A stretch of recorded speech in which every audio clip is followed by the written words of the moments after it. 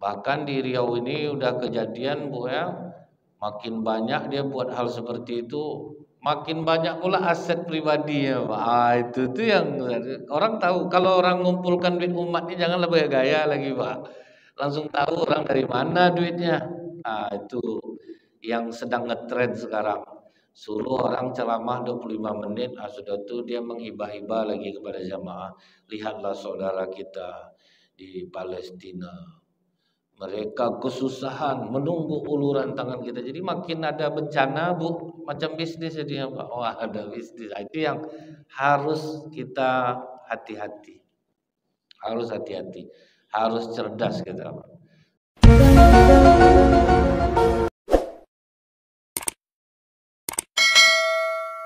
Paling terakhir, berarti ini memang Rasulullah dalam keadaan tidak ada.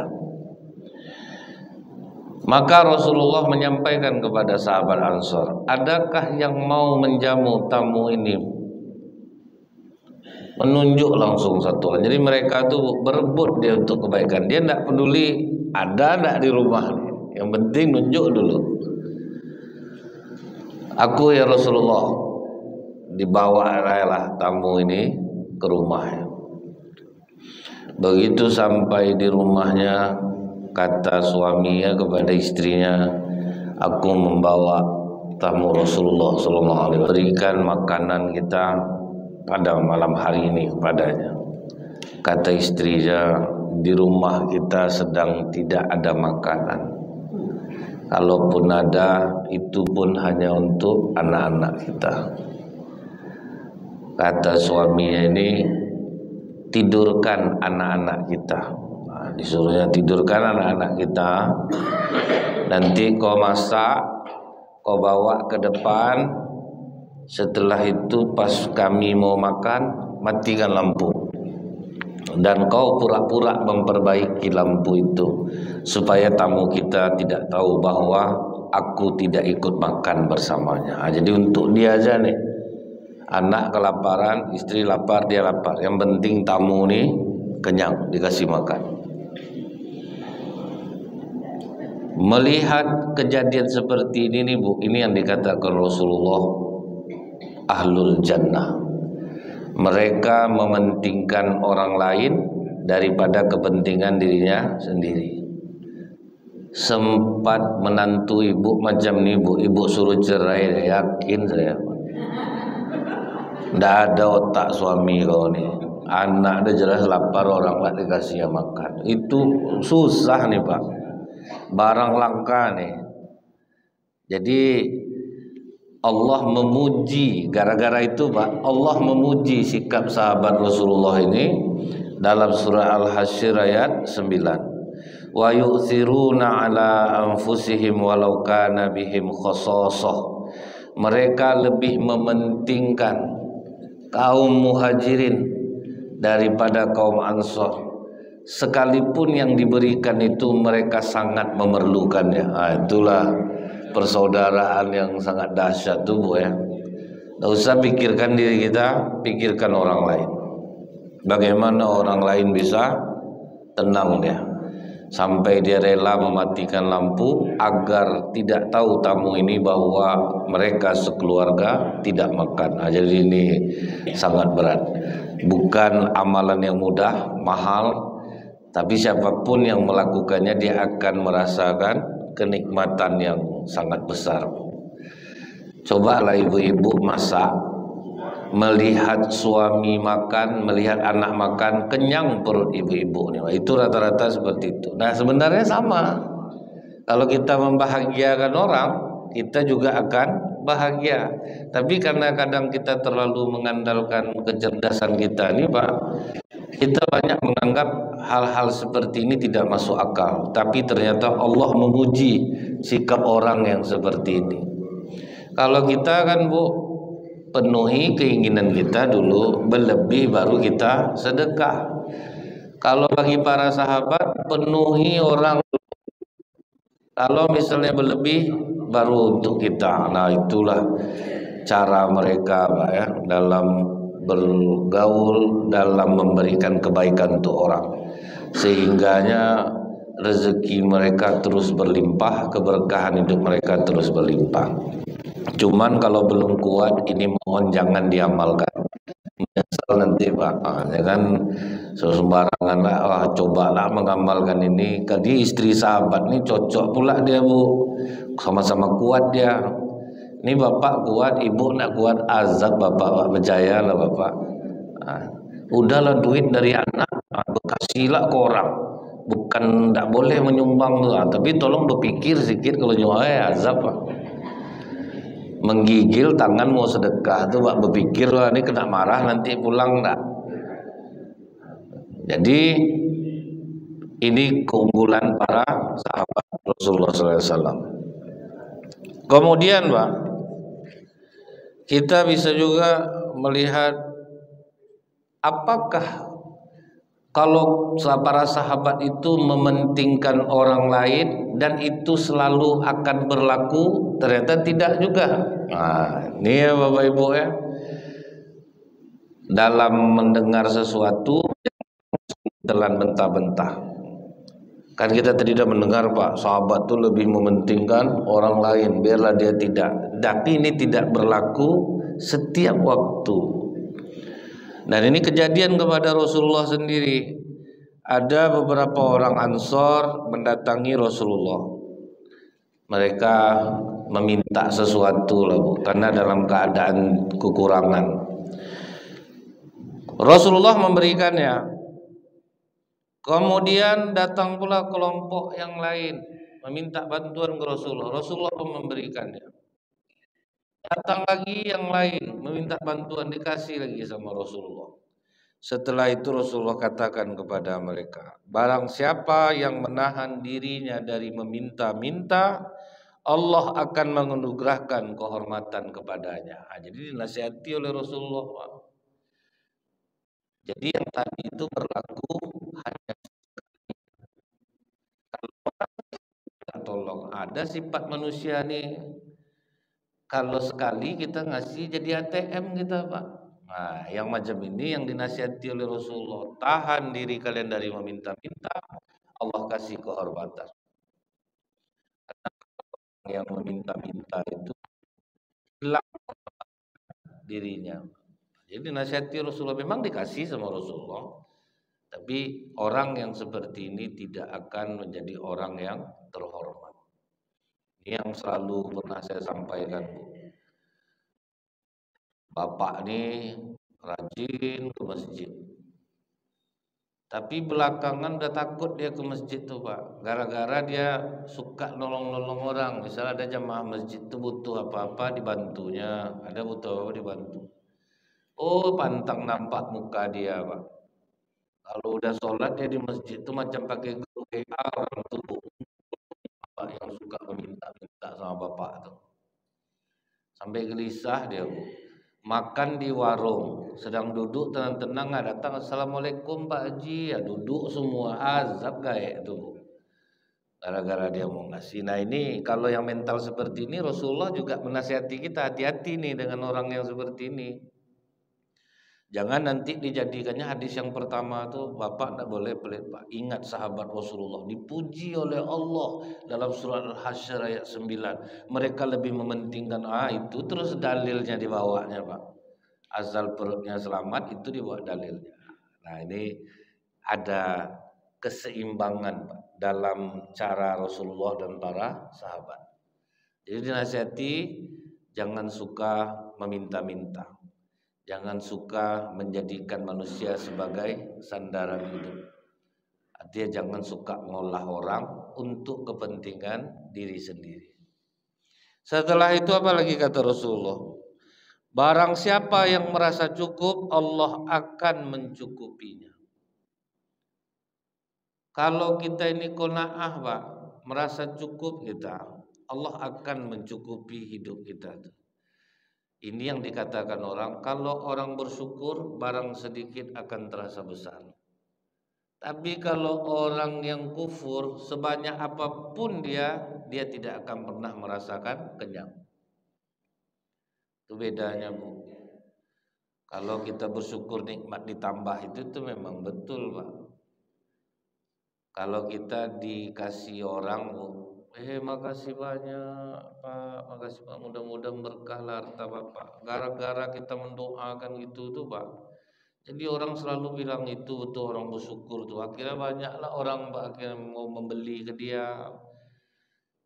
Ada sifat manusia ini Bu ya, dia di dagang harian. Ditengoknya ibu ini selalu beli di pasar loket. Itu nanti kalau lupa dia beli sesuatu di loket baru singgah ke warungnya. Kalau orang yang tidak bersyukur ngamuk dia Pak. Beli betul lah di pasar Bu. Ini beli banyak ke pasar dia, dikit-dikit baru ke awak. Ini orang tidak bersyukur Pak. Akhirnya tidak mau orang belanja tempat dia. Tapi ada pedagang harian ini Pak, tak tanggung syukurnya lagi. Dia tahu ibu ini sering belanja ke pasar. Tahu-tahu waktu itu kurang langkok-langkok, beli ke kedai dia. Ada langkok-langkoknya. Ada Bu, deh alhamdulillah, ada juga rezeki kami dari Allah lewat ibu. Makasih banyak langkok-langkok. Akhirnya di situ orang belanja. Walaupun lebih mahal dia daripada pasar, mau orang ke dia lagi. Karena orang tahu, boleh dipilih cabai ini, dia pilih aja lah Bu, ambil yang bagus Bu. Enggak mau dia Pak. Kalau orang kan enggak usah pilih cabai itu langsung masuk semuanya. Kalau dia enggak, pilihlah. Beli telur, pilihlah. Itu orang yang bersyukur Pak. Ini kadang dipilih-pilih orang telur ngamuk deh. Sama bentuk telur itu semuanya Kak, enggak usah lah dipilih lagi. Beli satu diangkat-angkat telur orang busuk nanti telur. Siapa yang mau belanja Pak? Ini contoh ya Bu ya. Nah kemudian kata Rasulullah, orang yang meminta kesabaran kepada Allah, bersikap sabar, maka Allah akan memberinya kesabaran. Dan tidak ada anugerah yang lebih baik dari Allah selain sabar. Kalau kita lihat, ingat Bapak Ibu, kisah sahabat Abu Dujana radhiyallahu anhu. Asal habis sholat subuh, tidak pernah zikir, tidak pernah doa, langsung lari Pak. Setiap subuh seperti itu. Sampai Rasulullah heran, apa tidak tahu dia keutamaan duduk selesai sholat subuh berjamaah sampai waktu syuruk nih. Akhirnya sebelum Rasulullah jauh untuk tidak menasehati Abu Dujana, dipanggillah Abu Dujana. Kenapa kau asal habis sholat subuh itu tidak pernah berzikir dan langsung keluar? Ini dah berapa kali subuh aku perhatikan. Tak mungkin kau tidak tahu keutamaan duduk berzikir setelah sholat subuh berjamaah. Aku bertetangga dengan seorang laki-laki munafik ya Rasulullah. Dia punya pohon kurma yang sebagian buah kurmanya itu mengarah ke halamanku. Aku ini selalu dalam keseharian itu pencarian aku ini kadang hanya cukup untuk makan, bahkan kadang kurang ya Rasulullah. Jadi anak istri aku tuh sering kelaparan. Buah kurma tetanggaku itu gugurnya pas pula waktu subuh. Kenapa aku lari-lari pulang? Aku mengumpulkan kurma tetanggaku itu, kemudian aku kembalikan kepadanya. Sebab keluargaku sering kelaparan. Aku takut kalau terlambat aku kutip kurma tetanggaku itu, anakku nanti yang lapar bangun dimakannya kurma tetanggaku itu. Bagaimana pertanggungjawabanku nanti di sisi Allah? Begitu takut ya Pak. Padahal masalah kurma cuman. Pernah aku terlambat pulang subuh ya Rasulullah. Rupanya aku melihat anakku sedang memakan kurma itu. Aku peluk tubuhnya. Aku goncang, muntahkan nak. Itu menjaga kehormatan diri di sisi Allah. Tidak mau memakan yang bukan miliknya. Kita kue ustad aja lewat dibuat jamaah kadang. Belum dimakan lagi. Ingat saya tuh Pak. Saya ceramah Bu, dikasih jamaah itulah di depan situ ada salak, ada anggur, ada apel. Saya tinggal beruduk, lenyap Pak. Aduh, ada lagi saya melihat ibu-ibu pergi pesta, rupanya udah bawa gelas aqua kosong tuh masing-masing Pak. Lewat rombongan ibu-ibu ini dekat rendang, selesai rendang tuh Bu. Rupanya dimasukkannya sepotong sorang Pak di dalam gelas itu tuh. Itu nekatnya kita. Berharap doa dikabulkan oleh Allah. Kita Bu, salah satu penghambat doa kita dikabulkan ini kan maksiat Pak. Banyak kemaksiatan yang kita lakukan, kita nyangkakan maksiat tuh menipu orang secara langsung, padahal kita udah banyak juga ngolah orang dari cerita kita, dari pembawaan kita sehari-hari. Banyak sebetulnya kita ini udah berdosa. Cuman kita kan menganggap dosa itu yang besar-besar. Misal kalau syirik menyembah batu, menyembah pohon, sangka kita itu aja yang syirik itu. Padahal di kehidupan nyata kita pun tidak banyak melakukan kesyirikan itu, menyandarkan diri kepada orang lain. Kalau tidak ada lah bapak, Pak, macam mana lah hidup saya. Udah jadi Tuhan bapak itu Pak. Tolong lakukan apa saja dokter, asal anak saya ini selamat. Dokter lah jadi Tuhan. Sebetulnya kita sudah banyak mempertuhankan manusia dalam kehidupan kita sehari-hari tanpa kita sadari Pak. Sudah banyak. Nah kemudian Bapak Ibu, mendengar itu menangis Rasulullah Pak.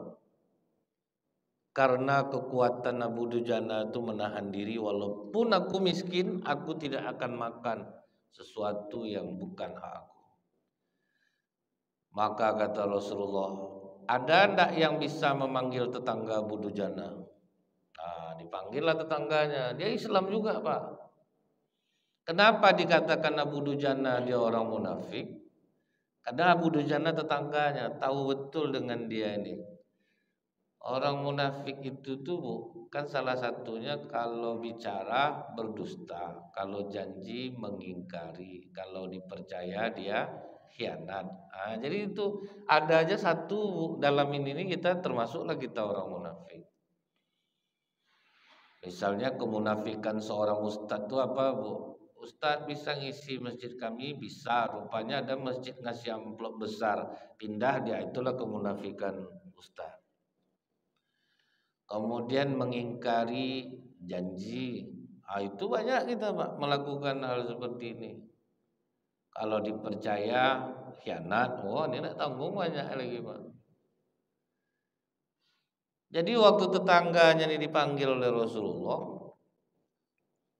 kau mau ndak kau kasih kurma kau yang sebatang itu kepada Abu Dujana? Aku janjikan satu batang pohon kurma di surga untukmu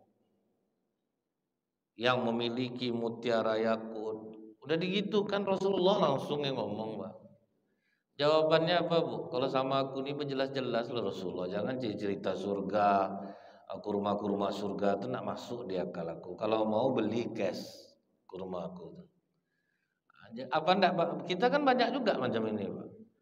Kalau orang ceritakan kalau kita melakukan ini, kita mendapatkan ini nanti di surga. Macam mana ke surga Ustaz nih masuk surga cerita. Itu banyak yang mencemooh seperti itu. Nah di zaman Rasulullah orang seperti ini pun ada. Maka maju Abu Bakar Siddiq Bu. Aku beli kurma kau itu dengan harga 70 kurma Madinah.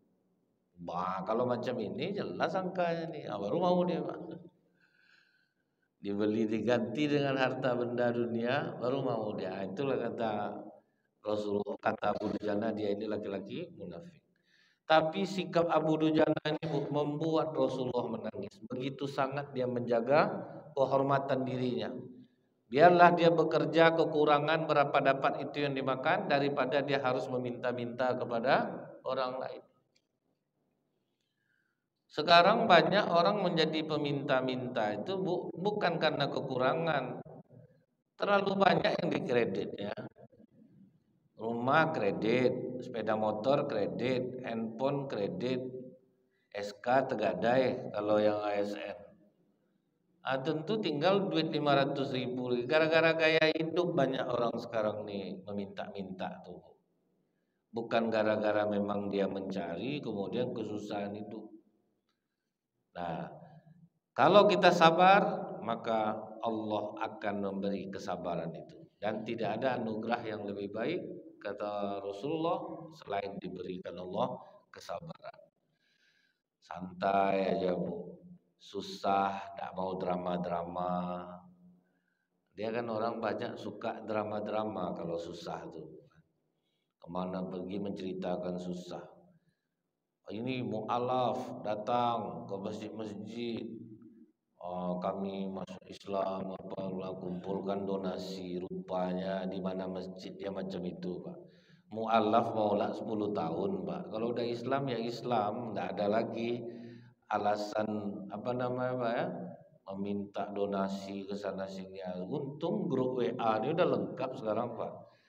Asal ke masjid mana ya baru masuk Islam terus dia Pak. Saya mau masuk Islam. Tiap masjid singgah dia. Dapat 3 juta, dapat 4 juta, enak Bu. Sekali jualan masuk Islam, dapat 3 juta, 4 juta. Orang Indonesia ini sudah jelas orang paling dermawan nomor 1 di dunia Pak. Dia kok ngasih terus. Dan jangan kita khawatir Bu. Niat kita sampai. Nah, niat kita tuh sampai Pak. Cuman kita harus cerdas. Itu yang saya maksudkan tadi. Ada Rasulullah tuh sahabat itu sikapnya mendahulukan orang daripada dirinya. Tapi ada juga Rasulullah menasihati. Kenapa Rasulullah menasihati orang ini? Berarti ada orang ini yang punya gejala kalau dikasih dia akan selalu melakukan hal seperti itu. Jadi kita yang ngukur-ngukur nih Pak. Kita tuh memang suka menyumbang itu suka kita. Orang-orang Indonesia ini pokoknya ada yang ngalahkan ya Pak kalau soal nyumbang menyumbang itu. Tapi inilah yang dimanfaatkan oleh orang. Di Malaysia dana untuk pokoknya macam bisnis sekarang nih Pak. Makin susah Palestina itu makin jadi bisnis sama orang sekarang Pak. Marilah kita bantu Palestina.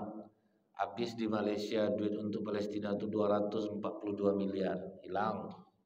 Di Indonesia dibelikannya emas berapa kilo kemarin tuh Pak. Jadi kita harus cerdas nih Bu. Jadi kemana kita mau menyumbangnya? Udahlah, apa lembaga resmi yang ada di Indonesia? Basnas.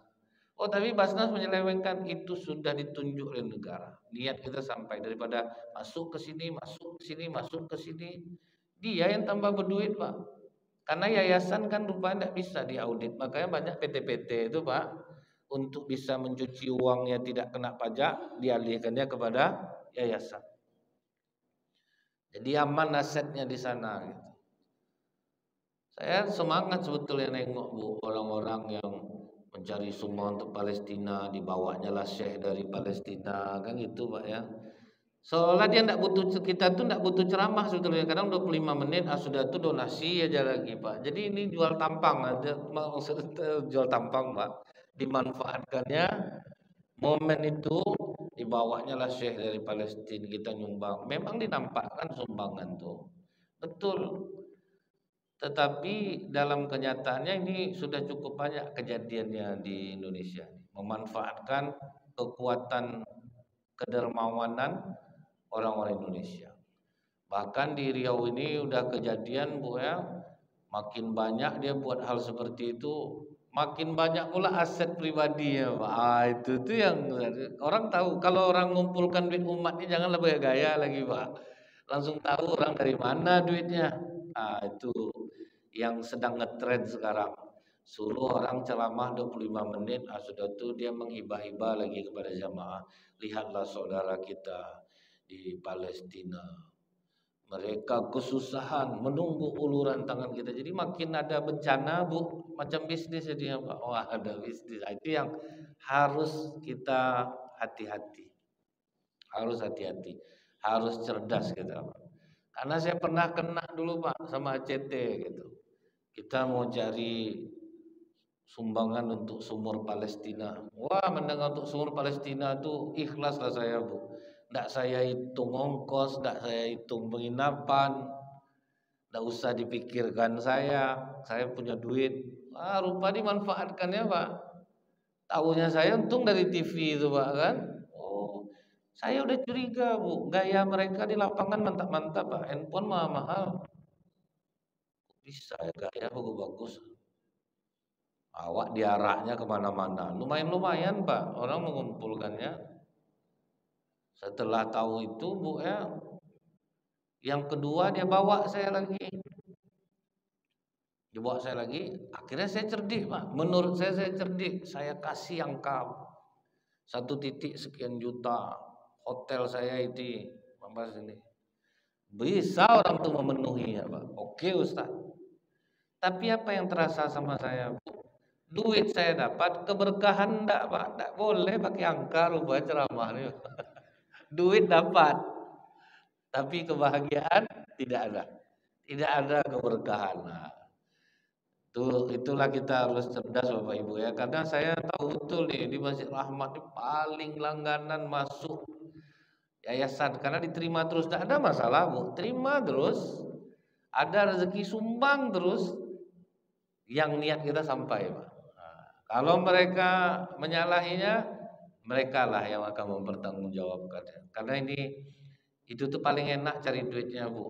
Misalnya gini ya Bu ya, saya ceramah nih, nggak usah dikasih amplop misalnya nih Pak. Terus saya asal ceramah tuh gini Bu, Bapak Ibu kebetulan saya punya pondok pesantren. Mana tahu ada Bapak Ibu yang ingin mengambil peran dalam pondok pesantren untuk anak-anak penghafal Quran. Bayangkan ibu-ibu, satu ayat yang mereka baca, kan gitu Pak ya. Sampailah pahalanya kepada Bapak Ibu. Untuk Al-Qur'annya itu harganya 100.000. Sebetulnya bukan harga Al-Qur'an itu. Di sana termasuklah biaya dakwah. Terus disebutkan tuh Pak, karena kalau enggak nanti jadi halal ya. Biaya dakwah, biaya ini, operasional dia Pak. Datang Ibu. Adakah ibu-ibu yang mau menyumbangkan 30 mushaf Al-Qur'an seharga 3 juta? Dia enggak Al-Qur'an yang diminta ya Pak, cuma harganya itu gitu. Datanglah ibu, ibu 10 Al-Quran, Allahu Akbar, wah makin terbakar semangat orang. Itu tuh kan memang menyentuh ke jiwa Pak. Ada lagi, itu nanti belum ada yang pribadi menemui kita. Saya mau Ustaz, sebulan sekian kali berapa masjid tuh, kali berapa masjid. Jadi memang itu bisnis yang cukup enak Pak. Makin banyak khususan maka banyak orang sekarang buka-buka pondok tahfiz, karena itu bisa dijual Pak. Cari donatur. Masjid yang tidak mau nerima lagi, kalau tidak salah Masjid Nurul Yakin, itu tidak menerima lagi siapapun yang masuk ke sana atas nama yayasan mencari donasi, mereka tidak menerima lagi. Yang bagusnya apa Pak? Oke, tapi bagi dua kita hasilnya untuk masjid separoh. Tidak berani Bu. Kami udah tanda Ustaz. Mereka masuk sini, Al-Quran sebiji tinggalkan, dia nerima donasi dari masjid 48 juta. Al-Quran sebiji pun tidak ditinggalkannya. Oh itu ya Pak, akhirnya tidak mau lagi Pak. Jadi kita tuh Bu, ingat dari hadis tadi itu, ada kalanya kita betul-betul menyervis orang. Ada kalanya kita betul-betul menyervis orang. Walaupun harus mengorbankan diri kita sendiri, tapi rupanya pesan Rasulullah tadi harus juga kita harus jangan selamanya seperti itu. Jadi tengok tipenya nih Pak. Kalau akhirnya dia berulang-ulang, orang kan tahu nih Bu, Masjid Rahmat ini nerima terus, pokok bawa aja lah saya dari Palestina bawa kemari. Orang tuh nerima terus. Itulah dijadikannya lahan terus Bu. Nurul Yakin tidak mau lagi Pak. Tidak mau lagi, pokok tidak mau lagi nerima. Karena dia selalu betul. Dan tahu Bapak Ibu, orang-orang yang menjalankan seperti ini rasa malunya sudah dicabut oleh Allah.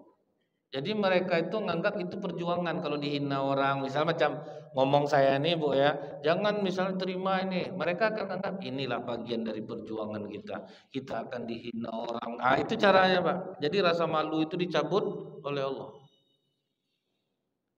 Nah, jadi ini ingat ya Bu ya. Pokoknya nampakkan aja Pak. Misal gini Pak, saya naik Honda, bawa beras 20 kilo, nanti di video masuk saya ke desa-desa, nanti saya pampangkan lah pas saya sedang ceramah. Inilah perjalanan saya Bapak Ibu ke sebuah desa di pedalaman Pekanbaru ini, letaknya di 4 kilometer, macam-macam lah Pak. Di sana banyak orang yang susah makan ibu-ibu.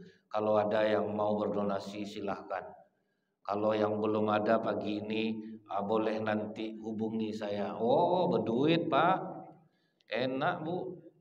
Jamaah ini baik-baik Pak. Nah itu yang harus diingat ya Bu ya. Jadi boleh kita berbuat baik, tapi ini tengok, ini jadi manfaat kita enggak? Karena banyak orang Bu ya, gara-gara ngasih sedekah 50.000 ke pengemis, jadi rutinitas tiap bulan dia datang Bu. Malah udah meninggal bapak ini dia pesankanlah ke anaknya dulu, bapaknya suka ngasih, jadi kewajiban jadinya Bu, macam berutang orang ya dia nyumbang tuh. Ada lagi katanya Bu ya, dulu waktu orang tua saya masih hidup suka ngasih dia sembako, suka ngasih dia duit. Jadi setelah ibunya meninggal, ada dia tidak datang tak 3 bulan, tak 4 bulan, minta dirapel dia Pak. Saya kan ibu udah 4 bulan tidak datang, berarti kan 4 bungkus sembakonya jadinya duit. Oh ya dia jadi kewajiban Bu. Itulah yang harus kita hati-hati. Menyumbanglah tapi harus dengan kecerdasan. Nah ini yang dikatakan oleh para ulama Pak. Hindarilah bermental nifak, yaitu mengambil keuntungan dari kesulitan orang lain. Inilah ketemu yang saya bilang tadi Bu. Jumpalah saya ada imam masjid pas saya ceramah soal ini waktu itu Bu. Apa yang Ustadz sampaikan itu Ustadz kejadian sama saya. Waktu itu BPJS belum ada. Anak saya butuh biaya operasi. Karena saya ini memang orang masjid, tentu saya mencari bantuannya kepada lembaga yang memang di Pekanbaru ini, yang memang soal-soal seperti itu. Tapi dia tidak sebutkan lembaganya Bu. Datanglah saya ke sana, kemudian mereka datang ke rumah sakit memfoto anak saya. Setelah itu dikasihnya saya duit 500.000. Dia ngasih duit ke saya 500.000 Ustaz. Anak saya diiklankannya berbulan-bulan, butuh biaya operasi. Jadi dari penderitaan orang ini dia dapat banyak Bu. Yang punya anak dapat 500.000 cuma dikasih. Nah itu yang bahaya tuh. Jadi saya berpikir memang banyak orang bermental nifak macam ini nih, yaitu mengambil keuntungan dari kesulitan orang lain. Ada pesantren Bu, mungkin Ibu tengok di tiap SPBU ditaruhnya santrinya Pak, minta sedekah. Yang pakai kotak infak itu. Orang mau belajar Pak, tapi tiap hari disuruhnya jadi pengemis di pom bensin. Sudah itu yang punya pondok pesantren mobilnya ganti-ganti Pak, mewah-mewah. Karena lumayan rupanya hasil itu yang saya sebut tuh Pak, dicabut Allah rasa malu. Saya bukan ngomong di belakangnya, saya jumpai kiai itu Pak, saya ajak duduk ngopi Bu di Jalan Duyung. Ini kejadian dah besar nih kiai kata. Udah heboh di Pekanbaru nih. Ini anak-anak ini mau nyantri jangan dimanfaatkan. Gratis tapi orang yang dikeruknya. Kan dia kan itu programnya Pak. Pondok pesantren untuk yatim dan duafa. Kan itu judulnya tuh. Cuman duitnya enak Bu, cobalah hitung 200.000 aja satu pom bensin, kali berapa pom bensin berapa juta satu hari Pak. Itu paling minim tuh. Anak-anak tuh mau belajar, disuruh dia ngambil. Dia gini Kanda, dia manggil saya Kanda Pak. Dia gini Kanda. Kalau orang itu ngomong Bu, betul kata Al-Quran tuh Pak. Memang betul-betul manis Pak. Kita tuh tidak bisa mencukupi Kanda. Jadi apa yang harus kita lakukan? Mantap lah Pak. Jadi ini udah heboh rupanya Pak. Tapi tidak mempan Bu. Tidak mempan. Saya sangka saya sendirian ngomong. Rupanya banyak Pak. Oh betul rupanya. Kalau udah seperti ini dicabut Allah rasa malu. Makanya peminta-minta yang ada di lampu merah tuh usir hari ini, besok dia datang lagi. Dia udah dicabut Allah rasa malunya Pak. Tidak peduli dia lagi. Bisa dia main kucing-kucingan sama Satpol PP itu Pak.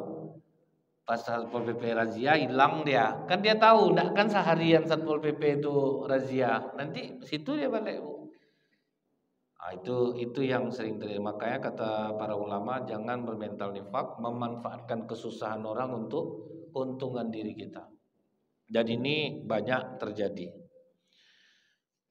Kemudian Bu, Rasulullah SAW mengatakan setiap Muslim mesti bersedekah. Ditanya oleh sahabat, apa yang harus kami sedekahkan jika kami tidak memiliki apapun untuk disedekahkan ya Rasulullah? Kata Rasulullah, bekerjalah kalian dengan tangan kalian. Dengan begitu kalian sama nilainya dengan bersedekah. Mau aja kita bekerja mencari untuk nafkah kita sendiri, nafkah untuk keluarga, selain sedekah nilainya adalah jihad fisabilillah. Bila kami bekerja ya Rasulullah, tapi tidak mampu kami untuk melakukan kebaikan kepada orang lain, tidak cukup kehidupan kami, maka kata Rasulullah SAW, jika kalian tidak mampu, tahanlah diri kalian dari keburukan. Menahan diri dari keburukan aja Pak, itu sudah sama nilainya dengan sedekah. Udahlah tidak bisa sedekah, mulut jahatlah kadang Pak, sukalah ngadu-ngadu domba orang. Kurban kita tahun ini 2.700.000. Ya setuju ya Bapak Ibu, setuju. Udahlah tidak ikut korban orang di apanya lah Bu. Tidak usah ikut korban lagi Bu, sapi kurus-kurus, rugi kita di sini. Dia pula yang punya kerja itu. Jadi ini udahlah kita tidak bisa berbuat baik, tahan diri kita dari berbuat buruk. Subhanakallahumma bihamdika asyhadu an la ilaha illa anta astaghfiruka wa atubu ilaik. Assalamualaikum warahmatullahi wabarakatuh.